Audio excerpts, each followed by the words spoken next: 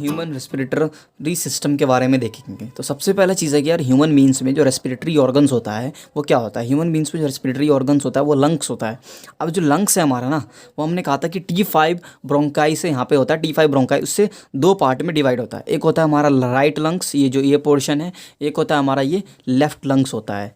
अब हम देखते हैं कि जो ये राइट लंग्स है हमारा और ये लेफ्ट लंग्स है। अब हम देखते हैं कि डिफरेंस क्या है भाई हमारे, जो बहुत ही बेसिक सा क्वेश्चन पूछेगा एमसीक्यू फॉर्म में आता है कि राइट और लेफ्ट लंग्स में क्या डिफरेंस है। तो सिंपल चीज़ें देखते हैं पहले कि जो राइट लंग्स में लोब्स होते हैं ना, जो नंबर ऑफ लोब्स होते हैं वो 3 होते हैं, और जो हमारे लेफ्ट लंग्स में जो नंबर ऑफ लोब्स होते हैं वो 2 होते हैं। ठीक है, जो राइट लंग्स में एक बेसिक चीज़ ये प्रेजेंट है कि पहला ट्रांसवर्स या हॉरिजॉन्टल टिश्यू या सेप्टम प्रेजेंट होता है, जो सिर्फ राइट लंग्स में होता है। क्या होता है? ट्रांसवर्स और हॉरिजॉन्टल टिश्यू और सेप्टम जो होते हैं वो राइट लंग्स में प्रेजेंट होते हैं, और लेफ्ट लंग्स में ऐसा कुछ नहीं होता। लेफ्ट लंग्स में ना तो कोई लेफ्ट लंग्स में ना ट्रांसवर्स हॉरिजॉन्टल टिश्यू या सेप्टम प्रेजेंट नहीं होता। लेफ्ट लंग्स में क्या होता है? कार्डियक नोच प्रेजेंट होता है। जो कहाँ प्रेजेंट होता है कार्डियक नोच? कार्डियक नोच जो होता है वो हमारा लेफ्ट लंग्स में केवल प्रेजेंट होता है।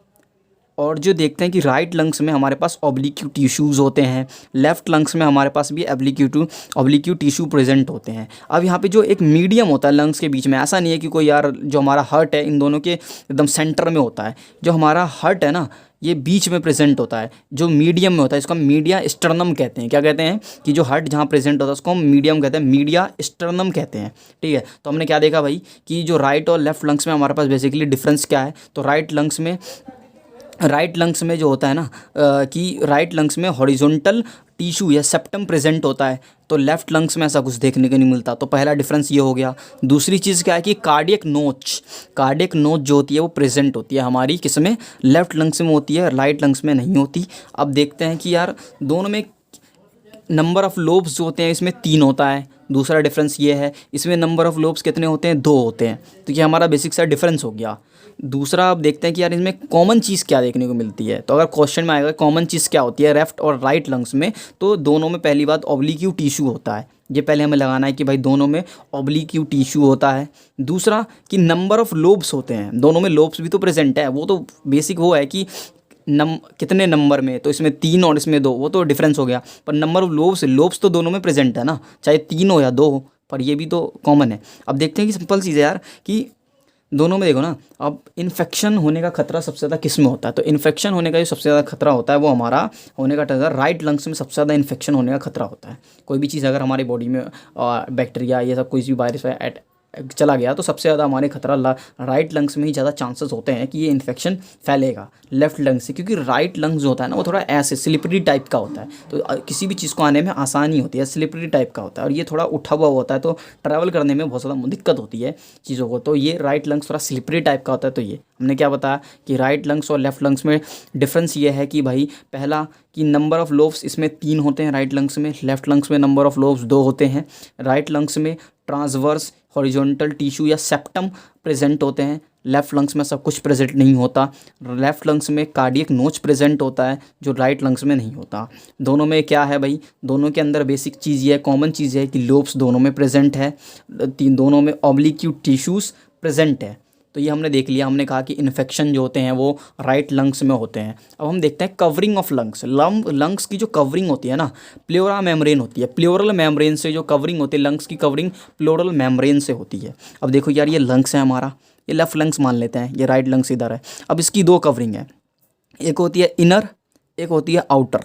जो आउटर होती है तो हम क्या कहते हैं आउटर प्लेउरल मेम्ब्रेन, और जो इनर होती है हम क्या कहते हैं इनर प्लेउरल मेम्ब्रेन। जो आउटर प्लेउरल मेम्ब्रेन होता है सेम पैरिएटल पोजीशन पे होती है, पैरिएटल होती है, और जो इनर प्लेउरल मेम्ब्रेन होती है वो विसेरल होती है। अब इसके बीच में क्या होता है कि बेसिक चीज़ है क्या, प्लेउरल फ्लूइड। क्या है भाई वो प्लेउरल फ्लूइड होती है। अब हम पूछे यार प्लेउरल फ्लूइड होती क्या है, तो प्लेउरल फ्लूइड जो होती है वो प्रिवेंट करती है किसको, सेपरेशन को प्रिवेंट करती है 2 प्लेउरल मेम्ब्रेन की, और जो ऑर्गन के बीच में क्या करता है कि फ्रिक्शन कम करने का काम करता है। जिससे फ्रिक्शन जब कम होगा तो डैमेज होने का खतरा भी या चांस जो है डैमेज होने का वो रिड्यूस हो जाता है। तो क्या होता है प्लेउरल फ्लूइड जो होता है वो प्रेजेंट होता है 2 प्लेउरल मेम्ब्रेन के बीच में प्रेजेंट होती है। प्लेउरल मेम्ब्रेन क्या है, प्लेउरल मेम्ब्रेन बेसिकली लंग्स की कवरिंग होती है, hard outer most covering of lungs होती है, जो अदर डिसीज़ या बैक्टीरिया इन्फेक्शन वायरस इन चीज़ों से प्रोटेक्ट करने का काम करती है लंग्स को। इसके दो होते हैं, एक होता है आउटर मेम्ब्रेन जिसे आउटर प्लोरल मेम्ब्रेन कहते हैं, एक होता है इनर जिसे हम इनर प्लोरल मेम्ब्रेन कहते हैं। प्लोरल फ्लूइड वही प्रिवेंट करती है separation of two pleural membrane को और रिड्यूस करती है फ्रिक्शन ऑफ दीज ऑर्गन्स। अब जैसे देखते हैं ना यार, हमारी बॉडी में दो चीज़ें होती हैं भैया, रेस्पिरेटरी ऑर्गन्स में हमारा नोस्ट्रिल, ट्रकिया, इन सब के बाद दो चीज़ें होती हैं हमारी जो बहुत इंपॉर्टेंट है। एक होता है हमारा कंडक्टिंग जोन, दूसरा होता है रेस्पिरेटरी जोन। हमारी बॉडी में क्या होता है कि आधा पोर्शन तो हम इन एयर कंडक्ट करने के लिए काम होता है, सिर्फ दूसरा जो होता है वो रेस्पायर करने के लिए होता है एयर को। तो पहला कंडक्टिंग जोन है, देखेंगे कंडक्टिंग जोन होता क्या भाई। कंडक्टिंग जोन में हम एयर सिर्फ कंडक्ट करते हैं, जो ट्रकिया तक है, ये देखो यहाँ तक डिवाइड है, इसके नीचे नीचे के लंग्स, एल्यूविली, ये सब आ जाएंगे। उससे ऊपर वाले जितने भी पोर्शंस होते हैं वो हमारे कंडक्टिंग जोन के अंदर होते हैं। अब कंडक्टिंग जोन में यार बेसिकली क्या है कि बना किससे होता है, कंडक्टिंग जोन है ना भाई, वो simple ciliated columnar epithelial tissue से बना होता है, इपिथेलियम टिश्यू से बना होता है। किससे बना होता है conducting zone, simple ciliated columnar epithelium tissues से बना होता है। दूसरा होता है हमारा क्या, रेस्पिरेटरी जोन। रेस्पिरेटरी जोन जो होता है वो सिंपल स्क्वेमस एपिथेलियम से बना होता है। दोबारा कर रहा हूँ एक्सप्लेन में कि दो पार्ट होते हैं हमारे बॉडी में पूरे, कंडक्टिंग जोन, एक होता है रेस्पिरेटरी जोन। कंडक्टिंग जोन बना किससे होता है, simple ciliated columnar epithelium tissues से बना होता है। रेस्पिरेटरी जोन जो होता है वो हमारा सिंपल स्क्वेमस एपिथेलियम टिश्यूज से बना हुआ होता है। अब देखते हैं यार, हमने कहा था कि भाई सी शेप का हाइलिन कार्टिलेज होता है जो ट्रकिया में इनिशियल ब्रोंकियोला। पूछता है कि पोजीशन कहाँ होता है भाई, सी शेप हाइलिन कार्टिलेज का पोजीशन होता है ट्रकिया से इनिशियल ब्रोंकियोल तक होता है, ठीक है, जो हमारी ट्रकिया को प्रिवेंट करने का काम करता है, कोलैप्स ना हो जाए उससे प्रिवेंट करने के लिए सी शेप हाइलिन कार्टिलेज का। तो शेप कैसी होती है हाइलिन कार्टिलेज की, वो सी शेप होती है। अब आता है भाई, हमने देखा कंडक्टिंग जोन और हमने देखा भाई रेस्पिरेटरी जोन। तो कंडक्टिंग जोन और रेस्पिरेटरी जोन के फंक्शन देख लेते हैं, क्या काम करने की मदद करते हैं। हमें पता है conducting zone simple columnar epithelium tissue से बना होता है, ठीक है, अब वो सीलिएटेड से बना होता है। तो कंडक्टिंग जोन की बात करते हैं, जो कंडक्शन का काम करता है, एयर को एक्सटर्नल नोस्ट्रिल से रेस्पिरेटरी जोन तक कंडक्ट करने का काम करता है। पहला फंक्शन कि कंडक्शन करता है, मतलब इनटेक करता है एयर को, एक्सटर्नल नोस्ट्रिल्स होती है हमारे नोज के अंदर, उससे करता है भाई रेस्पिरेटरी जोन तक। दूसरा क्या करता है, clear conducting air from foreign particles, यानी कि जैसे कोई हमारे एयर जब हम ब्रीथ करते हैं तो बहुत सारे एयर्स में बहुत सारे पार्टिकल्स होते हैं, डस्ट पार्टिकल होते हैं, उससे हमारी बॉडी में अगर चला गया तो बहुत डैमेजेस होने का चांस है, तो उसको साइड आउट करते हैं, साइड करने का काम करते हैं। फिर तीसरा होता है ह्यूमिडिफिकेशन ऑफ एयर करते हैं। चौथा क्या करते हैं, मेंटेन करते हैं टेम्परेचर को कंडक्टिंग एयर का अकॉर्डिंग टू बॉडी टेम्परेचर। हमारी बॉडी की टेम्परेचर डिफरेंट होती है और जो एयर आ रही है अंदर उसका टेम्परेचर डिफरेंट होगा, तो उसको उस एयर का टेम्परेचर को हमारी बॉडी के टेम्परेचर के अनुसार मेंटेन करके रखते हैं ये कंडक्टिंग जोन। पहला क्या बताया मैंने, कंडक्शन ऑफ एयर करता है from external nostril to respiratory zone. दूसरा क्या किया, क्लियर कंडक्टन करता है एयर का फ्रॉम फॉरेन पार्टिकल से। तीसरा ह्यूमिडिफिकेशन ऑफ एयर। चौथा क्या करता है भाई, मेंटेन करता है temperature of conducting air according to body temperature. अब आता है हमारे पास, हमने देखा रेस्पिरेटरी जोन। रेस्पिरेटरी जोन का काम क्या है भाई, बस गैसेस को डिफ्यूज़ करना, डिफ्यूजन करना गैसेस का। हमने बताया था ना कि रेस्पिरेशन में गैसेस का डिफ्यूजन होता है। कहाँ पे होता है भाई, एक होता है ब्लड और लंग्स के बीच में होता है, एक होता है बॉडी और ब्लड और टिश्यूज़ के बीच में गैसेस का एक्सचेंज होता है, यानी डिफ्यूजन होता है। तो वही यहाँ पे रेस्पिरेटरी जोन का काम होता है वहाँ पे।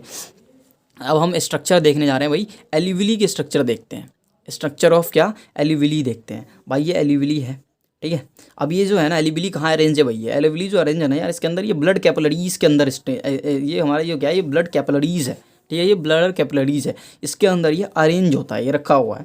अब हमारे पास जो दो चीज़ें हैं इसके पास, एल्यूविली की हम लेयर्स की बात करते हैं। सबसे पहला जो है वो है टाइप 1 नीमोसाइट्स। क्या है भाई, टाइप 1 नीमोसाइट्स, जो किससे बना हुआ है, सिंपल स्क्वेमस एपिथेलियम टिश्यूज से बना हुआ था। क्या है, टाइप 1 नीमोसाइट, जो सिंपल स्क्वेमस एपिथेलियम से बना होता है, जो डिफ्यूजन ऑफ गैसेस के लिए रिस्पॉन्सिबल है, ठीक है, एल्यूविली में। दूसरा हमारे पास क्या है भाई, टाइप 2 नीमोसाइट। ये है भाई हमारी टाइप 2 नीमोसाइट, ये हमारी जगह है टाइप 2 नीमोसाइट। और ये हमारा टाइप 1 नीमोसाइट। टाइप 2 नीमोसाइट जो होती है वो क्यूब शेप की होती है, जो रिलीज़ करती है सर्फेक्टेंट। सर्फेक्टेंट कौन सा होता है, लसाइथिन।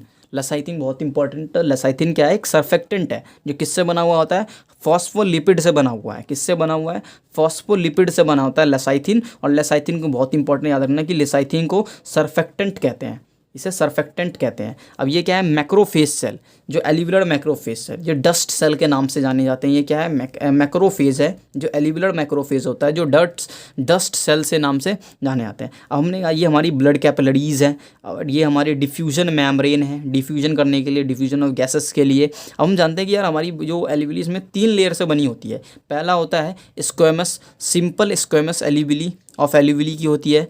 दूसरा होता है एंडोथेलियम ऑफ ब्लड कैपिलरी, ठीक है। और तीसरा होता है कि भाई बेसमेंट मेम्ब्रेन होता है। क्या होता है, तीसरा बेसमेंट मेम्ब्रेन होता है। हमारे पास 3 लेयर की या 3 टिश्यूज़ की लाइनिंग होती है। पहली होती है सिंपल स्क्वेमस ऑफ एल्यूविली, दूसरी होती है एंडोथेलियम ऑफ ब्लड कैपिलरी, और तीसरी होती है भाई बेसमेंट मेम्ब्रेन होती है। तो हमने ये पूरा स्ट्रक्चर एल्यूविली का एक्सप्लेन किया कि मतलब पहला ये नीमोसाइट टाइप 1 जो सिंपल स्क्वेमस एपिथेलियम से बना है, जो डिफ्यूजन ऑफ गैसेस करता है। दूसरा हमारा टाइप 2 नीमोसाइट ये रहा, जो क्यूब शेप का होता है, रिलीज करता है सरफेक्टेंट यानी लेसाइथिन, फॉस्फोलिपिड से बना है। ये हमारी मैक्रोफेज सेल है, यानी एल्यूविलर मैक्रोफेज भी कहते हैं इसको, जो डस्ट सेल होती है। ये हमारी ब्लड कैपिलरीज है, ये हमारी डिफ्यूजन मेम्ब्रेन है। अब हमारे पास 3 तरह की मेम्ब्रेन्स होती हैं जो एल्यूविली में होती हैं। वो होती है पहला सिंपल स्क्वेमस ऑफ एल्यूविली, दूसरा endothelium of blood capillary, plus होता है बेसमेंट मेम्ब्रेन, होती है हमारी बेसमेंट मेम्ब्रेन। अब हम देखते हैं कि यार rate of diffusion of gases जो होता है ये क्या है। अब rate of diffusion of gas किस किस चीज़ों से, कौन कौन से फैक्टर से अफेक्टेड होती है, कौन कौन चीज़ों से अफेक्ट करती हैं। तो पहला होता है कि थिकनेस ऑफ डिफ्यूजन मेम्ब्रेन, यानी कि जो अगर जितना ज़्यादा डिफ्यूजन मेम्ब्रेन का थिकनेस होगा वो उतना ही कम रेट ऑफ डिफ्यूज़न होगा, क्योंकि जो थिकनेस होती है ना डिफ्यूजन मेम्ब्रेन की वो इन्वर्सली प्रोपोर्शनल होती है रेट ऑफ डिफ्यूजन की। ये एल्यूविली में हमने दिखाया था कि ये डिफ्यूजन मेम्ब्रेन है, ये हमारी डिफ्यूजन मेम्ब्रेन्स। तो ठीक पहला क्या हमारे पास रेट ऑफ डिफ्यूजन, कौन कौन सी जो गैसेज है रेट ऑफ डिफ्यूजन का वो किस किस चीज़ से अफेक्टेड होती है। तो पहला है हमारा कि रेट ऑफ डिफ्यूजन जो है वो थिकनेस ऑफ डिफ्यूजन मेम्ब्रेन से अफेक्ट होती है, जो उसके इन्वर्सली प्रोपोर्शनल होती है। दूसरा क्या है हमारा पार्शियल प्रेशर ऑफ गैसेज और सॉल्युबिलिटी ऑफ गैसेज के पर डिपेंड करती है। पार्शियल प्रेशर ऑफ गैसेज और सॉल्युबिलिटी ऑफ गैसेज जो होती है वो डायरेक्टली प्रोपोर्शनल होती है रेट ऑफ डिफ्यूजन के। यानी कि अगर हमारा पार्शियल प्रेशर ऑफ गैस या सॉल्युबिलिटी या गैस की अगर वो ज़्यादा होगी तो मतलब रेट ऑफ डिफ्यूजन जो होगा वो ज़्यादा होगा, और अगर कम होगी तो कम होगा, क्योंकि डायरेक्टली प्रोपोर्शनल है। अब एक चीज़ बहुत इंपॉर्टेंट है हमारे पास कि जो सॉल्युबिलिटी होती है कार्बन डाइऑक्साइड की वो 20 से 25 टाइम हायर होती है ऑक्सीजन की सॉल्युबिलिटी से। तो यानी कि जो 20 to 25 टाइम जो कार्बन डाइऑक्साइड है वो मोर सॉल्युबल होता है एज़ कम्पेयर टू ऑक्सीजन। एक चीज़ देखते हैं कि जो यार मैमल्स का लंग्स है ना, मैमल का जो लंग्स होता है वो सॉलिड और स्पॉन्जी होता है, जो सकिंग टाइप का होता है, जिसमें सकिंग टाइप जब भी आए तो यार देखना कि उसमें नेगेटिव प्रेशर्स पहले से ही प्रेजेंट होंगे। अगर नेगेटिव प्रेशर नहीं होगी तो यार कोलैप्स कर जाएगा। तो जो मैमल का लंग्स होता है किससे बना हुआ होता है, वो सॉलिड और स्पॉन्जी होता है, जिसे हम सकिंग टाइप का कहते हैं, जिसके अंदर नेगेटिव प्रेशर्स होते हैं।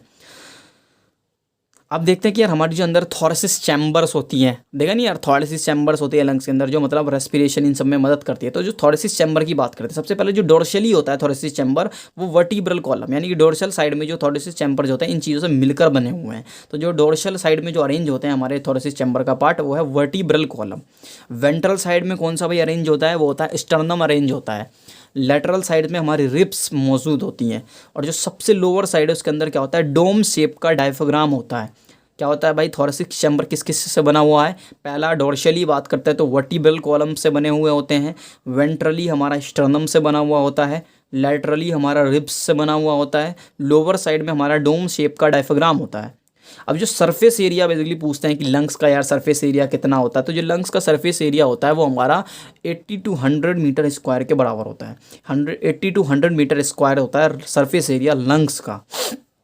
एक और इम्पॉर्टेंट नोट है यहाँ पे कि यार थिकनेस कितनी होती है, ये क्वेश्चन पूछते हैं कि थिकनेस कितनी होती है डिफ्यूजन मेम्ब्रेन की। तो जो डिफ्यूजन मेम्ब्रेन की थिकनेस होती है वो 1 mm से ज़्यादा होती है भाई, 1 mm से डिफ्यूजन मेम्ब्रेन की थिकनेस ज़्यादा होती है। हमने क्या बताया कि रेट ऑफ डिफ्यूजन बढ़ाया हमने यार, किस किस जो गैस की जो रेट ऑफ डिफ्यूजन है यानी स्पीड है किस चीज़ पे डिपेंड करती है। पहला होता है थिकनेस ऑफ डिफ्यूजन मेम्ब्रेन के inversely proportionate rate of diffusion, दूसरा partial pressure of gas and solubility of gas के डायरेक्टली प्रोपोर्शनल होती है रेट ऑफ डिफ्यूजन, तीसरा सबसे इंपॉर्टेंट चीज़ था कि यार इसके अंदर नोट था कि सॉल्युबिलिटी जो होती है कार्बन डाइऑक्साइड की वो 20 से 25 गुना ज़्यादा होती है एज़ कम्पेयर टू ऑक्सीजन से। हमने कहा कि जो मैमेलियन का लंग्स होता है वो सॉलिड होता है और स्पॉन्जी होता है, यानी सकिंग टाइप का होता है, जिसके अंदर नेगेटिव प्रेशर होती है। थोरेसिस चैम्बर जो होता है वो बना हुआ होता है भाई किस किस चीज़ों से देखते हैं, डोर्शली बना होता है वर्टिब्रल कॉलम से, वेंट्रली बना होता है स्टर्नम से, लेटरली बना होता है रिब्स से, और लोअर साइड में होता है डोम शेप का डायफ्राम। अब सरफेस एरिया की बात कर रहे थे अगर लंग्स की, तो 80 to 100 मीटर स्क्वायर होता है। थिकनेस ऑफ डिफ्यूजन मेम्ब्रेन की बात करें तो ग्रेटर देन 1 mm होता है।